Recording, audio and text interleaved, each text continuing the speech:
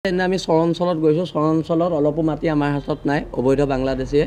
মাটিখিনি খিলঞ্জীয়া মানুহৰ হাতত নাই এটা কথাটো হৈছে চৰকাৰে কৈছে উচ্ছেদ হ'ব আমি সুধিছোঁ কেতিয়া হ'ব ইয়াত খিলঞ্জীয়া মানুহ ৰাস্তাত সেইদিনা আমি কেইগৰাকীমান মহিলা পাইছোঁ মহিলাসকলে আহি আমাক কৈছে সেইখিনি কথা কাইলৈ ক'ব কিন্তু আমি তথাপিতো এটা আভাস দিছোঁ আমাক কৈছে যে আজি 7টা বজাৰ পিছত ইয়াত এখন বেটেৰী ৰিক্সাত উঠি টমটম এখনত উঠি যাবলৈ ধিং টাউনত ভয় লাগে এই পৰিৱেশটো হ'লেতো নহ'ব আমি ক'ত জীয়াই থাকিম এতিয়া অসমৰ ইমূৰৰ পৰা সিমূৰ যোনবোৰ ক্ষেত্ৰত আমাক মানুহে সমালোচনা কৰি আছে সি যি দলৰে নহওক তেওঁলোক আহকচোন এবাৰ ঢিঙলৈ আহি ঢিঙৰ খিলঞ্জীয়া মানুহৰ মাজত থাকি কথা বতৰাবিলাক বুজ লওক আমি ইয়াত কাৰোবাক মন্ত্ৰী বনাবলৈ কাৰোবাক MLA বনাবলৈ আমি ঢিঙলৈ অহা নাই আমি আহিছোঁ অসম নামৰ মাজনীৰ স্বাৰ্থত দেশ আৰু জাতিৰ স্বাৰ্থত আৰু কাইলৈ ঢিঙৰ প্ৰায় গৰ্জন হ'ব আৰু এই গৰ্জনে চৰকাৰে গৰ্জন শুনক বিধানসভা অধিৱেশন চলি আছে তাত ঢিঙৰ খিলঞ্জীয়া মানুহৰ মাটি বেদখলৰ কথা উত্থাপন হওক তাত ঢিঙৰ খিলঞ্জীয়া মানুহৰ মৰ্মবেদনাৰ কথাবিলাক কওক সকলোৱে নিজৰ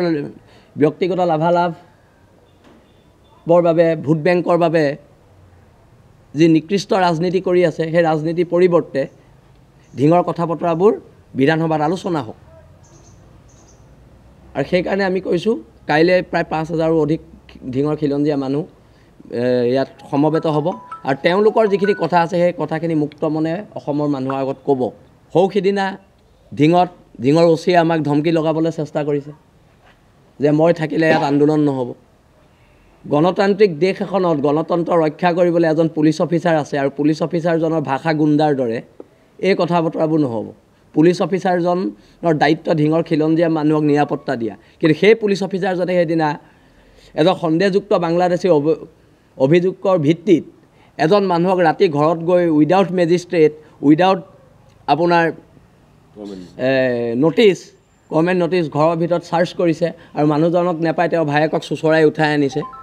এইবোৰৰ বিৰুদ্ধেও প্ৰতিবাদ হ'ব ঢিং থানাৰ OCৰ ওপৰত কিয় DGPয়ে ব্যৱস্থা লোৱা নাই তাক লৈও প্ৰশ্ন আছে ঢিং থানাৰ OCৰ ওপৰত খিলঞ্জীয়া জাতি মাটি ভেটিৰ কথা কোৱা হিমন্ত বিশ্ব শৰ্মাই কিয় ব্যৱস্থা লোৱা নাই তাৰ ওপৰত আমাৰ অভিযোগ আছে আৰু ঢিং থানাৰ OCৰ যিটো ভাষ্য সেইটো এজন আৰক্ষী বিষয়া ভাষ্য নহয় এজন গুণ্ডাৰ ভাষ্য আৰু আমি পুনৰ কৈছোঁ এনেকুৱা ধৰণৰ গুণ্ডামী কথা বতৰাৰে গণতন্ত্ৰ শেষ কৰিবলৈ যিটো চক্ৰান্ত চলিছে তাৰ বিৰুদ্ধেও কাইলৈ প্ৰতিবাদ হ'ব